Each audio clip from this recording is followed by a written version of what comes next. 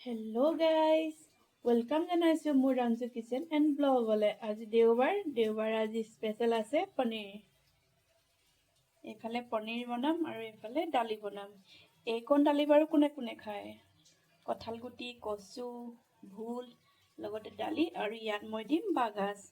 আৰু এইফালে আজি মই পনীৰ বনাম এই মচলাটো দি, পনীৰ চিলি মচলা মিক্স। এইটো মচলা যে পনীৰ লগত কিমান ভাল লাগে গাইজ। আজি বনাম, আহকচোন মই কেনেকৈ বনাইছোঁ চাওঁ। পানীখিনি গৰম হৈ গ'ল গাইজ, দালিখিনি দি দিওঁ। দালিখিনি ধুইয়ে থৈছিলোঁ।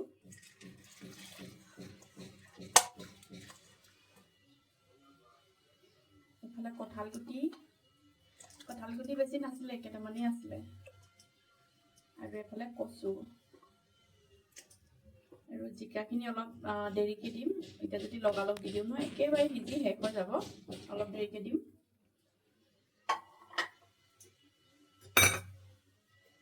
আৰু এইফালে নিমখটো দি দিছোঁ, ধুনীয়াকৈ সিজি থাকিব।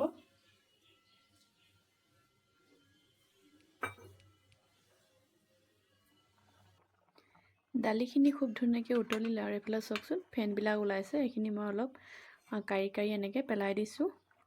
এইখিনি পেলাই দিব লাগে, ইমান অকণমান ক'লা নিচিনা উঠে যে সেইকাৰণে। আৰু ধুনীয়াকৈ নিমখ দিছোঁ আৰু সিজি থাকিব।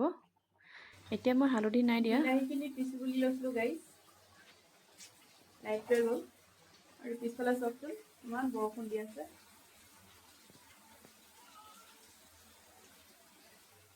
বৰষুণ দিয়াৰ কাৰণে লাইটটো গুচি গ'ল। এতিয়া কি কৰোঁ, উপায় নাই।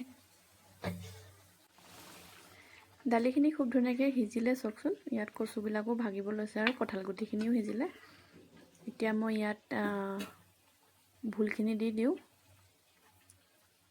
আৰু মই ভোল এনেকৈ ডাঙৰকৈ কাটিলে ভাল পাওঁ। সৰুকৈ কাটিলে একেবাৰে গলি নাইকিয়া হৈ যায় যে, সেইকাৰণে মই ডাঙৰকৈ কাটোঁ। বাঁহগাজ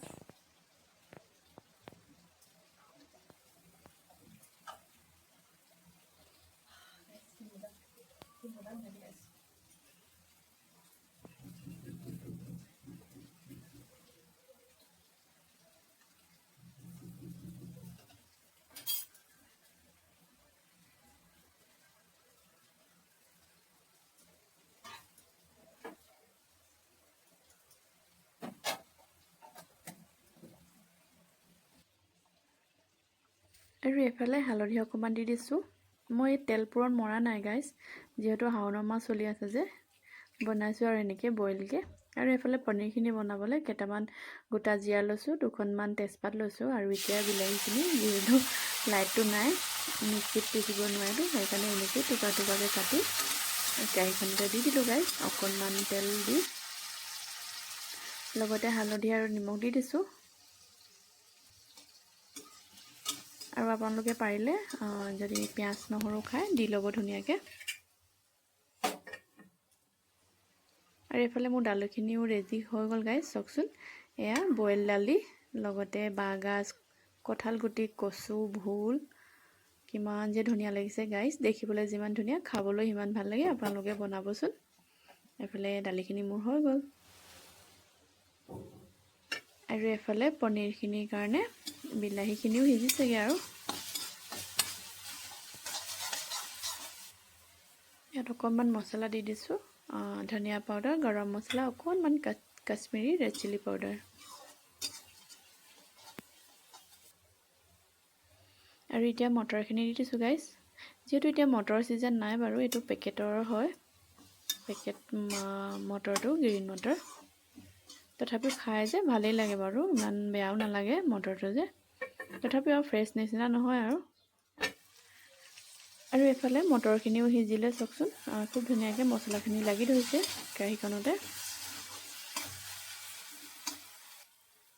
এতিয়া লগত অকণমান চেনি দি দিছোঁ। এইটো আপোনালোকে নিদিবও পাৰে যোনে নাখায়, মই আকৌ অকণমান পনীৰ মিঠা হ'লে ভাল পাওঁ।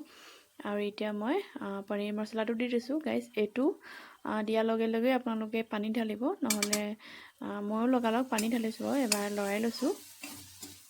পানী ঢালিলে মানে কি হয়, মই সেইটো কাৰণে লাষ্টত দিছোঁ ইয়াক, বহুত জল্দি গ্ৰেভি বনি যায় মছলাটো যে। নহ'লে মানে প্ৰথমতে দিলে মানে পূৰা গ্ৰেভি হ'লে মটৰখিনি নিসিজিব ন। আৰু চাওকচোন কিমান জলদি একেবাৰে গ্ৰেভি হৈ গৈছে। আৰু এইফালে মই পনীৰখিনিও দি দিছোঁ। গাইজ মই পনীৰখিনিও বহুত বেছি ফ্ৰাই নকৰোঁ, বহুত বেছি মানে নহয়, মই ফ্ৰাই নকৰোঁ। মোৰ মানুহজনে আৰু ল'ৰাটোৱে নাখায় পনীৰখিনি ফ্ৰাই কৰিলে, বহুত বেছি সিহঁতি টান পায়, নাজানো কেলৈ টান হয় বুলি কয়। মই সেনেকৈ কেঁচাকেই বনাওঁ। আৰু এইফালে মোৰ পনীৰ ৰেডি হৈ গৈছে, মটৰ পনীৰ। শাওণ মাহত এতিয়া এনেকৈয়ে খাওঁ আৰু কি কৰিব গাইজ, উপায় নাই। এইফালে গেছ বন্ধ কৰি দিওঁ। আৰু দুপৰীয়া সাজ মোৰ ৰেডি হৈ গ'ল গাইজ। আৰু এইফালে লগত অকণমান দহি লৈছোঁ, তিয়ঁহ কেইপিচমান লৈছোঁ, বেঙেনা ফ্ৰাই লৈছোঁ অকণমান। আজি দুপৰীয়া সাজ এয়াই আছিলে। ভিডিঅ'টো বহুত বেছি মৰম দি চেনেলটো আগুৱাবলৈ সহায় কৰিব। চেনেলটো ছাবস্ক্ৰাইব কৰি দিব প্লিজ গাইজ। নতুন এটা ভিডিঅ' লৈ আকৌ আহিম আপোনালোকৰ ওচৰলৈ। আজিলৈ আহোঁ, বাই, ধন্যবাদ।